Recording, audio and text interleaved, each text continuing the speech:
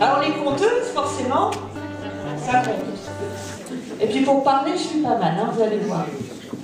Alors d'habitude, je viens toujours habillée en lutine, parce que mon nom de scène, c'est Capucine, et je suis une lutine. Alors en général, j'ai des grands chaussons à tire-bouchon, un bonnet avec une clochette, mais comme je savais qu'il n'y avait pas d'enfants, je me suis dit, ils vont rigoler de moi, alors je vais me mettre tout en noir, comme ça ils ne verront pas, mais par contre, ils pourront quand même m'entendre.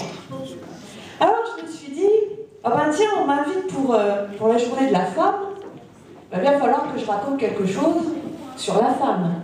Alors des contes, il y en a plein des contes sur la femme, il n'y en avait pas un seul qui me plaisait, alors du coup je me suis dit, après tout, je suis une lutine, j'ai du pouvoir, eh ben, je vais l'écrire moi ce poème, ce conte. Je suis emballée par Janine. Alors je vous ai écrit un conte, et c'est l'histoire, alors j'espère, comme c'est un nom que j'ai inventé, que c'est un nom qui a une consonance un peu nord-africaine, j'espère que je ne vais pas dire un gros mot, on ne sait jamais. Est-ce que Walek, ça veut dire quelque chose de mal? Non? Walek, ça veut rien dire? Très bien, très bien. J'avais un petit peu peur. Alors il y a Issam, mais Issam, ça je sais que c'est un vrai prénom, donc tout va bien. Alors laissez-moi vous raconter l'histoire d'un jeune homme qui s'appelait Walek et qui habitait il y a fort longtemps dans un pays fort lointain. Et puis voilà, c'est tout, hein, c'est tout ce qu'il y a à savoir. Il habitait dans un pays lointain. Et Walek avait ceci de spécial, que c'était quelqu'un de très habile et de particulièrement courageux. Alors il adorait travailler. Il se levait tôt à l'aube, il se couchait tard quand le soleil était déjà couché depuis longtemps. Walek avait une ferme. Et il travaillait seul à s'occuper de son bétail et de tous les animaux qu'il possédait, comme il travaillait seul à la culture de ses champs, qui ma foi étaient nombreux. Tout le monde, mais tout le monde appréciait Walek pour son courage d'abord, et aussi parce que tout ce qu'il fabriquait, tout ce qu'il produisait, était d'une extrême grande qualité.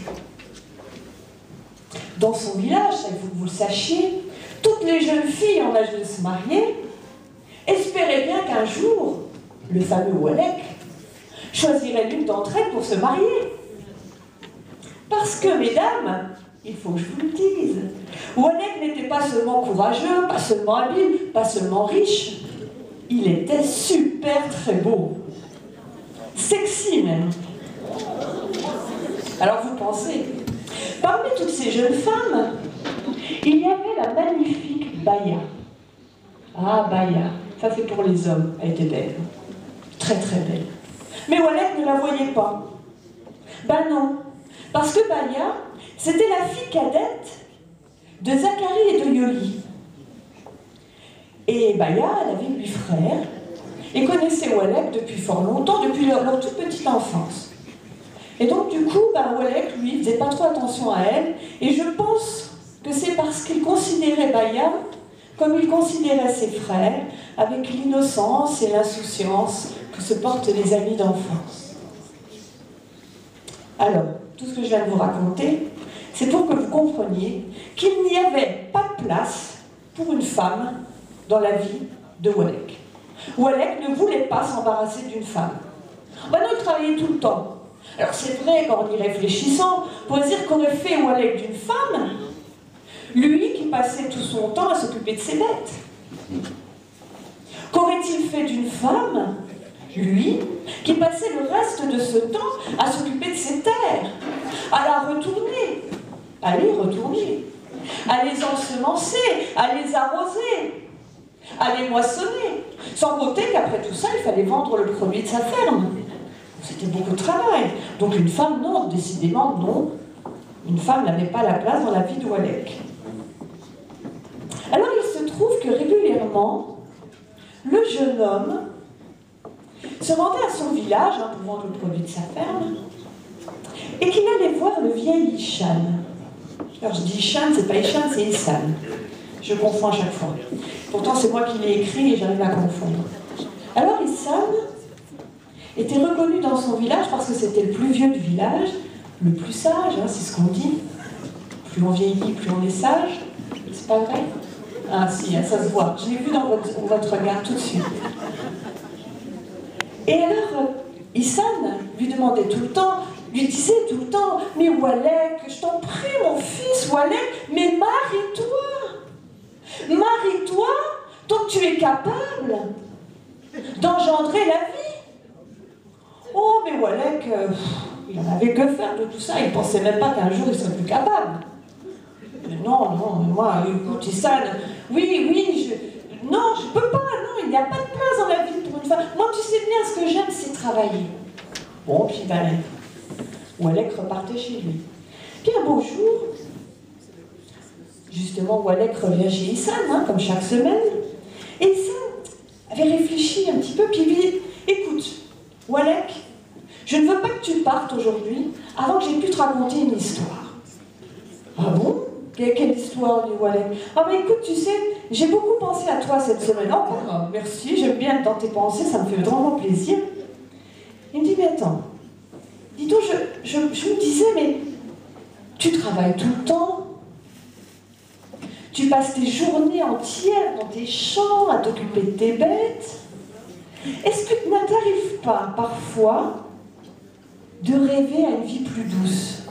Parce que c'est vrai, t'es courageux, mais dans la vie, on peut espérer des choses plus agréables que le travail.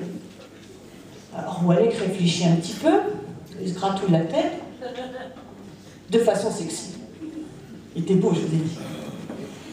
Puis il dit, ben, écoute, Ihsan, puis c'est vrai que des fois, quand enfin je rentre du travail, je m'assois dans mon petit fauteuil, là, à côté de ma cheminée, et que le feu commence à bien prendre sur le bois, et que sa chaleur m'enveloppe comme une caresse, je me dis que oh, ce serait drôlement bien si ma vie elle était un peu plus douce.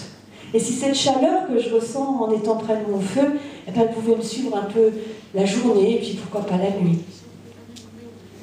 Alors Ihsan lui dit, bah écoute, tu sais, bah moi je sais que c'est possible. Ah bon, comment? Bah, il faut que tu trouves un trésor. Le trésor des Mephes. Le trésor des Mephes. Qu'est-ce que c'est? Oh écoute, c'est le plus merveilleux, le plus puissant de tous les trésors. Il n'y en a qu'un pour chaque homme. Et chacun doit trouver le sien. Ah bon? Et comment je vais faire? Ah mais ça, il n'y a pas de recette. Il faut que tu trouves par toi-même. Alors, Walek, il me dit, donc, ça a l'air drôlement bien ce trésor-là. Moi, j'aimerais bien l'avoir aussi. Ah mais écoute. Ben, avant, il faut que tu me dises quand même, attendez, j'allais oublier de vous dire quand même quelque chose d'important. Il dit, mais ton trésor, là, il est si puissant, si merveilleux. Il peut travailler plus que 1000 hommes dans mes champs. Il peut nourrir mes bêtes, il peut me soigner, il peut panser mes blessures quand je rentre là le soir et que mes mains pleines de cloques ont éclaté à force d'avoir tiré la charrue. Ton trésor là, il peut soigner mes pieds quand les ampoules elles ont explosé à force d'avoir marché dans la terre et dans la boue. Elle peut réchauffer aussi, hein, ce trésor là, il peut réchauffer mieux que mes bûches que je mets dans ma cheminée. Ihsan lui dit, mais bien sûr, c'est un trésor extraordinaire. Alors là, Walek, ni une dit deux, il lui dit, écoute, je pars sur le champ, j'emporte que ce que j'ai sur moi, et je reviendrai quand j'aurai trouvé mon trésor. Et pof, le voilà parti. Il est parti. Alors la légende dit qu'il partit une éternité.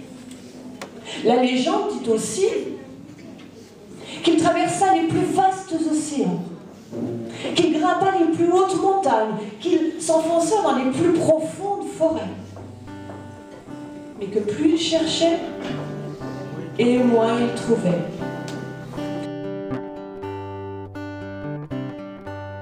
I love the way you know what I mean, even when the words get mixed up